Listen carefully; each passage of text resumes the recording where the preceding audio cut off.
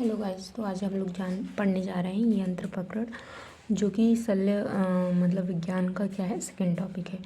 तो अब हम लोग देखेंगे कि यंत्र कहते किसको हैं। तो इसकी परिभाषा है कि मनः शरीर बाधाकराणि शल्यानि तेषाम आहरण उपायो यंत्राणि। मतलब कि जो मन और शरीर में, हमने देखा था कल कि मन और शरीर में जो बाधा करे उसको शल्य कहते हैं, और उसको निकालने का जो उपाय, मतलब शल्य को निकालने का जो उपाय है उसको क्या कहेंगे, यंत्र कहेंगे। ठीक है।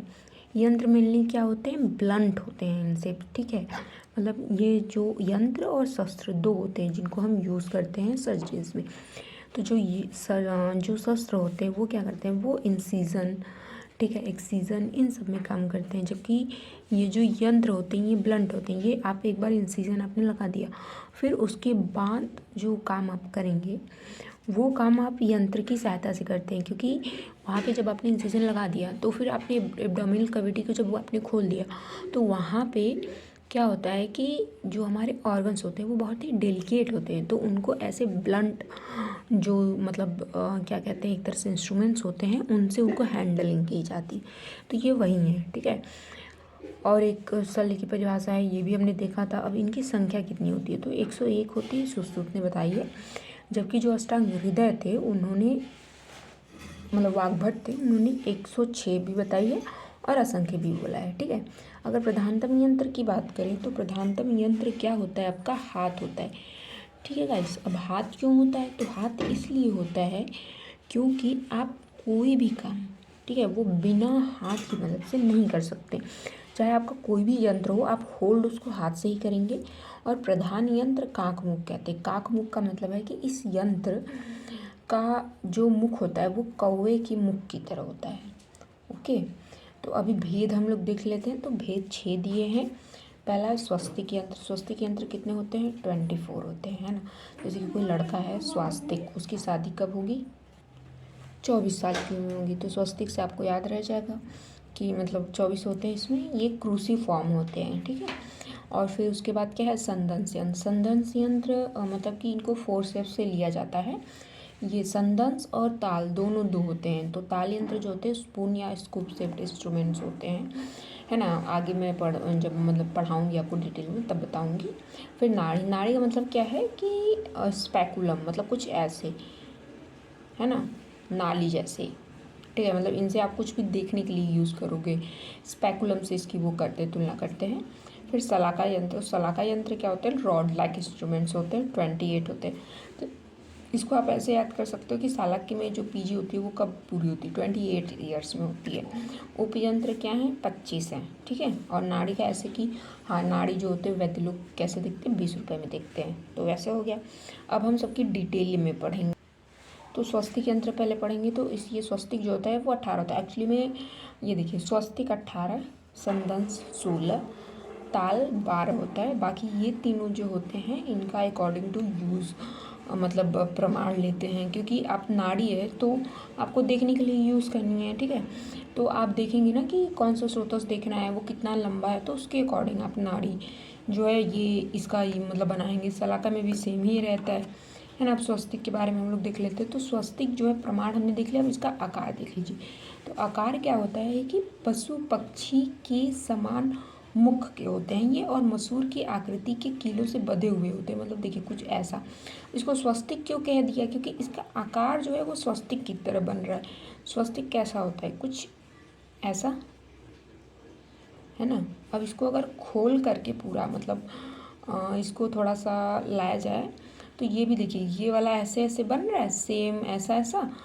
ये दोनों नहीं बन रहे मुख के साइड के, बट बन रहा है सेम शेप ऐसा ये ले रहा है। तो इसलिए इसको स्वस्तिक बोल दिया है ना। अब इसका, और ये यहाँ पे जो ये इनका मीटिंग पॉइंट है वहाँ पे एक कील से जुड़ा होता है। ऑब्वियस सी बात है, इसको आप किसी न किसी चीज़ से तो जोड़ोगे ही, रस्सी से तो जोड़ोगे नहीं, कील से ही जोड़ोगे। और इसका कार्य क्या है, तो ये अस्थि विद शल्य उद्धरण, मतलब कि अस्थि में कोई चीज़ घुस गई है, कोई शल्य, तो उसको आपको निकालना है तो आप स्वस्तिक का यूज़ करोगे। ठीक है गाइस। और इसका मॉडर्न कोरिलेशन किससे करते हैं, तो क्रूसीफॉर्म इंस्ट्रूमेंट से करते हैं। देखो, स्वस्तिक यंत्र के दो टाइप होते हैं। एक तो पशु मुख के समान होता है, दूसरा पक्षी। तो पशु मुख के समान 9 है, पक्षी के समान 15 है। मतलब पक्षी ज़्यादा हैं तो 9 15 और इतने कितने हो गए 24 हो गए। अब जो पशु मुख है उसमें एक होता है सिंह मुख, तो सिंह मुख जो होता है उसका यूज़ किस में करते हैं, दृश्य शल्य। निर्दृश्य शल्य का मतलब है कि शल्य आपको बाहर से दिख रहा है, आपने सिंह मुख के थ्रू उसको पकड़ करके उसको बाहर खींच लिया।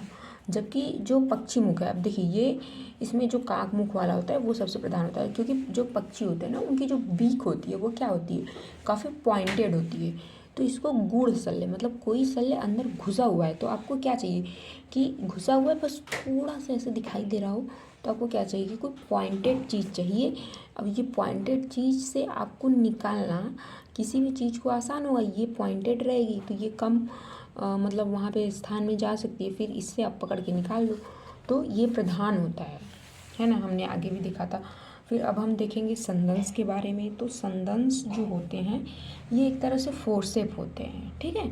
अब ये भी 2 टाइप के होते हैं। तो एक होता है, मतलब इनको फोर्सेप से आपको रिलेट कर सकते हैं, 2 ही टाइप के होते हैं। एक तो सनिग्रह अनिग्रह। सनिग्रह मतलब होता है कि इसमें कील लगी रहेगी, अनिग्रह मतलब बिना कील के, ठीक है। मॉडर्न कोरिलेशन क्या है, फोर्सेप है। प्रमाण वही 16 मैंने बताया था ना, 18 16 और 12, ठीक है। स्वस्तिक, संदंश, ताल, फिर नाड़ी, फिर शलाका, फिर उपयंत्र, ठीक है। अब देखो ताली भी ऐसे आप याद कर सकते हो कि ताली कैसे बजती है, दो हाथ से बजती है, तो संदंश क्या हो गया, सॉरी ताल क्या हो गया, 2 हो गया। तो संदंश जो होता है इसका काम क्या है, तो देखो अस्थि था, अस्थि के जस्ट ऊपर जाओगे तो क्या आएगा, शिरा, स्नायु, मांस और त्वक आएगा, है ना। तो मतलब ऊपर धीरे धीरे बढ़ रहा है। तो त्वक, मांस, शिरा, स्नायु, शल्य उदाहरणतम, इसका यूज़ किया जाता है। ताल, ताल मतलब क्या है कि कोई ऐसे उसमें वो गड्ढा टाइप है ना। तो देखो एक ताल द्विताल मतलब कि एक साइड से है इधर और इधर दोनों साइड से 2 ताल है इसमें, ठीक है। तो इसका प्रमाण क्या है, वही 12 है ना। देखो आकार मत्स्य तालु मतलब कि मछली का जो पैलेट होता है, ठीक है, उसके समान ये होता है। तो देखो है ना यहाँ पे पैलेट के शेप का, यहाँ पे भी है, यहाँ पे भी है। और ये किसके लिए यूज होगा, देखो आपने अस्थि यानी सबसे पहले हड्डी पकड़ी, फिर आप उसके ऊपर कहाँ गए, उसके ऊपर देखिए मांस होता है, उसमें शिरा और स्नायु भी होती हैं, त्वक भी होता है।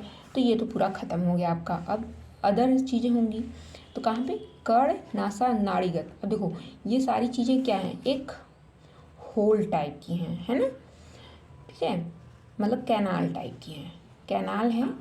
अब कैनाल में अगर आपके जैसे कर्ण है, कर्ण में जैसे ईयर वैक्स है, या फिर नासा है, नासा में कोई सिक्रीशंस है, म्यूकस है, या फिर कोई भी नाड़ी है, तो नाड़ी है तो जैसे कि नाड़ी व्रण, तो उसमें पस है, तो आप वहाँ पे वो चीज़ें भरी हुई हैं, तो उनको निकालने के लिए उस चीज़ में जगह रहेगी तभी ना। अब इसमें जगह है और इसको आप इसमें डालो और डाल के निकाल लो, तो वही चीज़ें, इसलिए ये ऐसी बनी हुई हैं इनका। इससे आपको ये चीज़ें याद रहेंगी कि कर्ण, नासा, नाड़ी तीनों चीज़ें क्या है, कैनाल है, जिसमें आप इसको डाल रहे हो, डाल करके जो भी चीज़ भरी है उसको निकाल दे रहे हो, ठीक है। और इसका मॉडर्न कोरिलेशन भी क्या है, स्कूप है ना। आप लोग समझ गए होंगे कि क्यों है। फिर नाड़ी, नाड़ी कितनी होती है, 20, वैद्यची कितने में, 20 रुपये में। अब प्रकार इसका देख लो, वही है, एक मुखा निधु, या तो एक होगी सिंगल ब्लाइंड, या फिर 2 मुख वाली होगी, है ना। प्रमाण तो देखो वही है कि स्रोतो द्वार परिणाहम अपि यदा योग दीर्घाड़े, तो आपका जैसा स्रोतोस द्वार है उसके अकॉर्डिंग ही उसकी लंबाई भी होगी, मतलब उतना ही वो दीर्घ होगा और उसका परिणाम भी उतना ही होगा। अब कोई चीज़ मतलब कोई आपका स्रोतस है वो पूरा इतना मोटा है और इतना है, तो आप कुछ ऐसा यूज़ करोगे ना जो इसमें आसानी से चला जाए, आसानी से निकल जाए। और अगर इतना लंबा है तो पूरा यहाँ तक पहुँचना चाहिए, ठीक है। तो वही कि अकॉर्डिंग टू स्रोतस लोगे। अब इसका कार्य क्या है, तो देखो स्रोतोगत शल्य उदाहरणार्थम, स्रोतस में कोई शल्य गया है उसको निकालने के लिए। रोग दर्शनार्थम, अब वो स्रोतस है उसमें कोई रोग है, जैसे कि एनल रीजन में आप समझ लो कि एनल रीजन क्या है, एक कैनाल है। अब उसमें आपने इसको डाला और डाल करके देखोगे कि पाइल्स है, फिस्टुला है, फिशर है, क्या है उस बंदे को, है ना। सेम ऐसे विजाइना में होता है फीमेल के, ठीक है। आचूसड़ात मतलब ये एक नली है, तो अगर वहाँ पे कुछ पस या कुछ भी वो है तो आप उसको आचूसड़ करके बाहर भी निकाल सकते हो। और क्या है, क्रिया स्वकार्य, ठीक है, इससे इजनेस हो सकता, इजनेस होती है इसको करने से आपके, है ना। तो आपको कार्य भी समझ में आ गया। तो अगर इसको वो करना है तो देखो सो रो आखी, सोरो आखी, श्रोतोगत सलुदनार्थम, रोग दर्शनात्, आचूषणात्, क्रिया सौकारात्।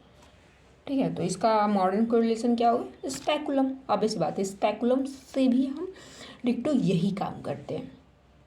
तो अब नाड़ी यंत्र को थोड़ा डिटेल में पढ़ने वाले, मतलब 20 टाइप्स के बारे में पढ़ने वाले। तो देखो ये जो 20 है ये इसकी संख्या है, लेकिन प्रकार कितने? 12 ही। ये जो संख्या है ये आचार्य डल्हर ने दी है, जबकि ये जो कुल प्रकार है ये आचार्य सुश्रुत ने दी है। तो अब हम देख लेते हैं। जैसे देखो भगंदर यंत्र जो होता है वो 2 होता है, ठीक है। अर्श यंत्र भी 2 होता है। देखो ये सारे अर्श, भगंदर, व्रण ये सारे शल्य के टॉपिक्स हैं, है ना। तो इससे 3 याद हो गए कि 3 शल्य के हो गए। अब मैं आपको याद करवाने के लिए वो कर रही हूँ कि कैसे याद करोगे। 20 के 20 हो, ठीक है। और ये बस्ती, देखो बस्ती है, उत्तर बस्ती है, और आपका ये धूम यंत्र है। तो ये 3 किसके हो गए? ये 3 हो गए आपके वो क्या कहते हैं, पंचकर्म के हो गए। तो 3 पंचकर्म के हो गए, 3 शल्य के हो गए। अब देखो, अब 2 चीज़ें क्या हैं? देखो मूत्र वृद्धि और उदकोदर, मतलब 2 ऐसी हैं जो कि पेट में पानी भरा हुआ है और मूत्र वृद्धि में, मूत्र बस्ती में पानी भरा हुआ है। तो ये जो पानी भरा हुआ है, तो आप एक इंसिजन लगा के वहाँ पे क्या करोगे, एक यही नाड़ी डालोगे और वहाँ से पानी ऐसे बाहर आ जाएगा, ठीक है। और पूरा पानी ऐसे, ये पेट है, यहाँ पे इंसिजन लगाया आपने, नाड़ी लगाई, पानी बाहर। तो और अर्श भगंदर यंत्र तो आपको मैंने पहले भी दिखाया था, बताया था कि हम स्पेकुलम वहाँ पे डालेंगे और देखेंगे क्या दिक्कत है इनल कैनाल में, ठीक है। तो 2 तो पानी से रिलेटेड हो गए, है ना। और ये देखिए निरुद्ध प्रकाश, सनिरुद्ध, एक जैसे नाम है, निरुद्ध प्रकाश यंत्र, सनिरुद्ध गुद यंत्र, ठीक है। मतलब ये एनल स्ट्रक्चर है। निरुद्ध प्रकाश को फाइमोसिस से मतलब को रिलेट करते हैं, आगे हम लोग पढ़ेंगे तो मैं आपको निरुद्ध प्रकाश, सनिरुद्ध गुद यंत्र दोनों के बारे में बताऊंगी, है ना। सनिरुद्ध गुद यंत्र का मतलब, सनिरुद्ध का मतलब होता है कि गुद मतलब कि वो वहाँ पे एनल स्ट्रक्चर बन गया है, तो वहाँ पे अब नाड़ी से मतलब मेनली तो उसका ट्रीटमेंट डायलिटेशन है। डायलिटेशन के लिए भी नाड़ी का यूज़ करते हो। फिर ये 2 किसके आ गए? अलाबू और श्रिंग, रक्त मोक्षण के। तो 2 रक्त मोक्षण हो गए, 2 ये दोनों देखिए एक जैसे निरुद्ध, सनिरुद्ध, ठीक है। 2 पानी वाले हो गए, मूत्रवृद्धि, उदकोदर। 3 हो गए आपके उसके पंचकर्म के, ठीक है। बस्ती देखिए 4 हैं अकॉर्डिंग टू अंगुल। जब सुश्रुत का पढ़ेंगे तो उन्होंने अकॉर्डिंग टू एज बताया है कि 6 अंगुल वाला किस में करोगे, 8 वाला किस में, 10, 12 किस में करोगे। उत्तर बस्ती 2 होंगे, स्त्री और पुरुष, भगंदर और अर्श दोनों 2 हैं, तो आपको याद हो जाएगा। अब हम सलाका के लिए आगे बढ़ेंगे। तो जो सलाका होती है, सलाका का भी सेम है, क्योंकि ऊपर के 3 का प्रमाण दिया हुआ है, नीचे के 3 का नहीं दिया हुआ है। तो यथा योग परिहाण दीर्घाणी सेम। अब ये क्या होता है? नाना प्रकारणी नाना प्रयोजनी, मतलब कि ये भी कई प्रकार की होती हैं और कई सारे प्रयोजन में यूज़ होती हैं। जैसे ये सब भी है ना, नाना प्रकारणी नाना प्रयोजनी ही है, मतलब कई प्रकार की हैं, ठीक है। 12 प्रकार मतलब वही हो गया, बहुत प्रकार हो गया। और हर का देखिए यूज़ अलग अलग है ना। तो अब इसमें हम लोग पहला पढ़ेंगे, पहली कौन सी सलाका है? तो पहली क्या है? गंडू पद्मुखी। गंडू पद मतलब कि गंडू जो होता है वो केचुआ होता है। तो केचुआ कुछ ऐसा ही होता है, पूरा एकदम सीधा।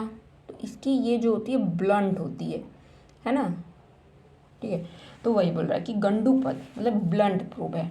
यूज़ कहाँ करोगे? एसड। अब इस बात है ब्लंट प्रोब है तो उसका प्रोबिंग में यूज़ करोगे। जैसे कि आप जो फिस्टुला होता है उसकी उसको पता लगाने के लिए ब्लंट प्रोब ही यूज़ करते हैं, है ना। फिर सर्प फड़, यानी कि जो सांप होता है तो वो जब फन करता है तो जैसा होता है वैसा। तो ये हो गया देखिए, है ना। तो उसका हो गया व्यूहन। फिर सरपुंख मतलब ये एक तीर की तरह है, तो इसका चालन, चालन का मतलब ये है कि आपने वहाँ पे उसको डाला कहीं पे भी जहाँ पे पशु था ऐसा कुछ, और आप खूब उसको वो कर रहे हो, जैसे कि मतलब देख रहे हो अच्छी तरह से कि कहीं और पे तो नहीं है, पॉकेट्स वहाँ पे तो नहीं है, और उसको निकाल रहे हो। फिर बडीसमुखी, तो बडीसमुखी मतलब वो मुड़ा हुआ है कुछ ऐसा। तो आहरण के लिए, अब जैसे कि कोई भी चीज़ है उसको निकालना है तो यहाँ पे कुछ ना कुछ तो लगा रहना चाहिए, मुड़ा होना चाहिए, तभी ना वो उसमें वो अच्छे से हेल्ड करेगा। प्रोब से तो आप किसी चीज़ को नहीं निकाल सकते, इससे भी उतनी अच्छी तरह से नहीं निकलेगा, है ना। इसका प्रयोग आप व्यूहन में कर सकते हो, ठीक है। तो सर्पमुखी के मतलब इसका मॉडर्न कोरिलेशन क्या हो गया, तो इसका मॉडर्न कोरिलेशन हो गया प्लेन रिट्रैक्टर या फिर डेवर्स रिट्रैक्टर से करते हैं। ठीक है, सर्पंखमुखी क्या हो गया कि चालन करने के लिए, मतलब कोई शल्य है वो कहीं पे मतलब धंसा हुआ है तो उसको थोड़ा आप इधर उधर करोगे, मतलब चलाओगे तो थोड़ा सा मतलब उसको निकालने में आसानी होगी, है ना। जैसे कि कांटा घुस जाता था तो नहीं निकलता था, तो उसको क्या करते थे, पिन की मदद से वो जो कांटा रहता था उसको ऐसे थोड़ा इधर से प्रोवोक किया, थोड़ा इधर से किया, धीरे धीरे उसको बाहर इतना लाया जाता था कि इसको किसी चीज़ से पकड़ के बाहर निकाला जा सके। तो सेम वही चीज़ है कि इसका चालन में यूज़ कर रहे हैं, है ना। और मॉडर्न कोरिलेशन इसका किससे हो सकता है, तो डेंटल एलिवेटर से कर सकते हैं।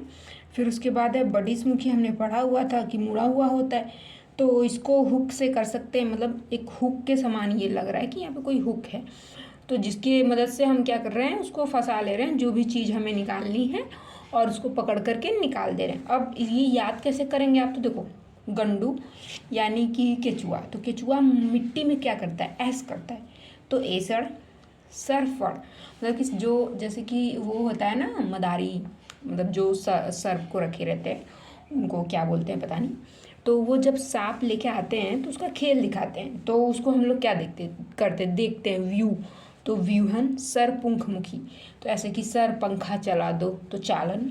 बडिसमुखी आरड़, ये आपको याद रहेगा। तो अब है ये मसूर दल मात्रमुखी, मतलब मसूर की दाल के समान उसका मात्र मुख है। ठीक है, तो मसूर के दाल के समान छोटी व गहरे मुख वाली शलाका है। इसको स्रोतोगत शल्य, स्रोतोगत शल्य उदाहरण मतलब क्या है कि अब स्रोतोगत कौन सा स्रोत है, जैसे नासा नाड़ी ये सब चीज़ें, वहाँ पे जो शल्य है उसको ये निकालने के लिए, मतलब ये जा रही है और वहाँ से उसको लेकर के आ रही है, तो मेनली इसको ईयरवैक्स ऐसी चीज़ें मतलब है ना, नोज़ में या फिर कोई नाड़ी है वहाँ पे उसको, क्योंकि ये क्या है छोटी है और गहरे मुख वाली है ना, तो यहाँ पे उसी के लिए आप यूज़ कर सकते हो। इसका नंबर कितना है, 2 है। ऊपर के हमने जितने पढ़े थे सबके नंबर 2 ही हैं। अब ये देखो कर्पास कृतश्री शलाका, मतलब कर्पास का मतलब होता है कॉटन, मतलब कि वो ऐसी शलाका जिसके मुख पे कॉटन लगा हुआ है ना। तो इसको किस में यूज़ करोगे, प्रमार्जन में, मतलब कोई भी चीज़ ऐसे ही पोंछने ओछने के लिए, जैसे कि अब कॉटन जो लगे रहते हैं जिसमें भी गॉज पीस, तो उसको किस में यूज़ करते हैं, उसी में कहीं पे भी ब्लीडिंग वुडिंग हो रही है उसको साफ़ करने के लिए या डेंटिंग पेंटिंग के लिए, तो वही प्रमार्जन के लिए। इसकी संख्या कितनी है, 6 है, ये आपको याद करनी पड़ेगी। ऊपर के जितने थे सब 2-2 थे, लेकिन ये वाली 6 है। ठीक है, फिर दर्व आकृति, दर्व मतलब दाढ़ी, जैसे कि इसको बोलते हैं कलछुल से, मतलब हमारे घर में जो कलछुल होता है उसके आकार का है ये। ठीक है, कुछ ऐसा सा है ना। इसका यूज़ कहाँ पे कर रहे हैं, क्षार औषध परिधान, मतलब कि किसी को क्षार है ना कहीं पे लगाना है या फिर कोई औषधि लगानी है तो वहाँ पे, मतलब इसमें आपने औषधि भरी, क्षार भरा, फिर उसको वहाँ पे लगा दिया जहाँ पे लगाना था, इसलिए इसमें इतना सारा जगह दिया हुआ है। फिर जाम्बुमुखी, मतलब इसमें जम्बू फल के समान इसका मुख है। इसको कहाँ पे, अग्निकर्म में यूज़ कर रहे हैं, मतलब इसको गर्म किया इसका ये और यहाँ से अग्निकर्म कर दिया। तो देखो दर्व आकृति जो था क्षार औसत था, ये अग्निकर्म था, तो ये दोनों 3-3 है, ऊपर के 6 था। ठीक है, फिर अंकुशमुखी, तो अंकुशमुखी वाला भी मतलब ये दोनों जाम्बो और अंकुश दोनों 3-3 नंबर हैं, दोनों का काम सेम है। क्या है, अग्निकर्म, है ना, मतलब कि कोई अंकुश नाम का लड़का है उसको हम बोल रहे हैं कि जा आग लगा दे, तो अंकुशमुखी हो गया। जा मतलब जाम्बुमुखी हो गया। ठीक है, फिर उसके बाद है कोल अस्थि दल मात्रमुखी, मतलब कि कोल अस्थि का मतलब क्या है कि मतलब कि बेर के बीज के अर्ध भाग के समान गोलाकार तथा खल्व के समान किनारे पर तीक्ष्ण होती है ये, मतलब कि कोई ऐसी शलाका है जिसका कि जो बाहर वाला वो है क्या, मतलब कि बीज, जो बेर का बीज होता है, मतलब बेर का बीज कुछ ऐसा सा होता है। ठीक है ना, तो आपने उसमें क्या किया, उसको आधा कर दिया तो वो कुछ ऐसा सा बचेगा। ठीक है, मतलब उसकी यहाँ और ये उसके क्या है, किनारे हैं, तो ये बोल रहा है जो किनारे हैं वो खल के समान तीक्ष्ण हैं, तो तीक्ष्ण है मतलब कि वहाँ पे धार है, तो धार है तो मतलब वो किसी चीज़ को काट भी सकता है, तो वही नासा अर्बुद हरर शलाका, मतलब आपने नासा में इसको डाला और ये इससे अर्बुद को वो काट देगा, फिर ये जो जगह है मतलब उसमें वो फंस के फिर बाहर आ जाएगा, है ना। तो वही है कि कोलस्थी दल मात्रमुखी शलाका किस में करेंगे, नासार बुधारर शलाका में। फिर अंजनार्थ, मतलब आपको अंजन लगाना है ना, तो ये ये कैसा रहेगा, कलाय यानी मटर के समान। उसकी मतलब उन्होंने बोल दिया कि परिणा मतलब कि उसकी परिधि कितनी होगी, है ना। ये वाला पूरा एरिया, ठीक है, गोलाई वाला, तो ये कितना होगा, मोटा मटर के समान। और दोनों अग्रभाग में पुष्पकली के समान। पुष्पकली के समान मतलब जब पुष्प की कली खिली हुई नहीं रहेगी तो वो कैसी रहेगी, वो कुछ ऐसी रहेगी, बंद सी, है ना, तो ऐसी, तो वही है पुष्पकली के समान। और बीच में थोड़ा सा कुछ मतलब पतला रहेगा, ठीक है। तो ये अंजनार्थ है, मतलब इसके नाम से ही पता चल रहा है, अंजन के लिए लगाने के लिए यूज़ करें। देखो मूत्र मार्ग विशोधन, इसके नाम से पता चल रहा है मूत्र मार्ग के विशोधन के लिए। तो इसका जो होता है अग्रभाग में मालती पुष्प वृंत के समान तथा गोलाकार होते हैं। मतलब कोई मालती पुष्प है, उसका जो वृंत है मतलब कि वो जिसके थ्रू अपने मतलब पौधे से जुड़ा हुआ होता है उसको कहते हैं वृंत। तो मालती पुष्प के वृंत के समान ये रहेगी। और इसको क्या करेंगे किस में यूज़ करेंगे, मूत्रमार्ग विशोधन में। अगर मॉडर्न कोरिलेशन की बात करें तो इसका जो है यूरेथ्रल साउंड से आप ले सकते हैं। उपयंत्र के बारे में पढ़ने जा रहे हैं। उपयंत्र मतलब ये प्रॉपर यंत्र नहीं है, लेकिन अगर आपके पास यंत्र नहीं है तो आप जिन चीज़ों को मतलब एक तरह से जुगाड़ की बात है कि जिन चीज़ों का यूज़ आप कर लेते हैं यंत्र के जगह पे, उनको उपयंत्र कहते हैं। वास्तव में ऐसा यंत्र वंत्र जैसा कुछ नहीं है, ये यंत्र है नहीं, बट जुगाड़ भारत में बहुत ज़्यादा होता था, मतलब पहले के लोग भी जुगाड़ करते थे, इससे यही पता चल रहा है। तो देखो रस्सी, वेदिका, पट्ट, चर्म, अंतरवल्कल, लता, है ना, वस्त्र, मतलब ये सब कैसे हैं, ये सब तुम्हारे पेड़ वाले हैं। और इधर दो इधर भी हैं, अश्वकंटक और वृक्ष की शाखा। अश्वकंटक मतलब कि ये एक तरह से पेड़ का ही नहीं है ये, लेकिन हाँ, लेकिन कंटक लगा हुआ है तो उससे ये मतलब कोरिलेट कर सकते हैं कि हाँ पेड़ वाला चीज़ हो गया। फिर देखो पत्थर और मुद्गर दोनों मतलब एक तरह से पत्थर की चीज़ें हैं, ठीक है। फिर उसके बाद हमारे शरीर की, तो पाड़ी तल, पाद तल, अंगुली, जीवा, नख, मुख और बाल, तो ये सारे हमारे शरीर के हो गए। और कुछ हमारे वेग होते हैं, तो देखो स्टीवन, थूकना, प्रवाहण, है ना। फिर उसके बाद हर्ष हो गया। फिर ये देखो ये अयस्कांत लोहा, ये एकदम अलग है। और ये देखो ये शल्य के हो गए, क्षार, अग्नि और भेषज। तो इससे आपको याद हो गया 3 शल्य के, ये अयस्कांत एकदम अलग है। स्टीवन, प्रवाहण और हर्ष ये हमारे वेग हो गए। फिर ये पाड़ी तल, पाद तल, अंगुली, जीवा, नख, मुख, बाल, ये हमारे शरीर की चीज़ हो गई। फिर पेड़ से हमें क्या क्या मिलता है, रस्सी, वेदिका, पट्ट मिलता है, चर्म, अंतरवर्कल, लता, वस्त्र, अश्वकंटक और वृक्ष की शाखा, है ना। देखो वस्त्र आप कहेंगे कैसे पेड़ से मिलता है, कॉटन जो होता है वो पेड़ से ही मिलता है, ठीक है। तो ये चीज़ें आपको याद हो गई उपयंत्र। अब ये हमारा चैप्टर जो होता है ख़त्म होता है स्वास्थ्य प्रकरण। अब हम आगे आपको यंत्र प्रकरण ख़त्म होता है, ठीक है। अगर आपको ये वीडियो पसंद आ रही है तो इस वीडियो को प्लीज़ लाइक कीजिएगा, चैनल को सब्सक्राइब कीजिएगा और इसे ज़्यादा से ज़्यादा शेयर कीजिए और लोगों की हेल्प कीजिए। उनको जो कि आपके आयुर्वेदिक स्टूडेंट्स हैं, आपके फ्रेंड्स हैं, उनको भी आप ये ग्रुप में शेयर कीजिए जिससे कि उनको भी इससे लाभ प्राप्त हो सके। और आगे हम नेक्स्ट वीडियो में क्या करेंगे, यंत्र का गुण दोष कर्म करेंगे, जो कि 5 मिनट का वीडियो का, इससे ज़्यादा का नहीं होगा। Thank you guys.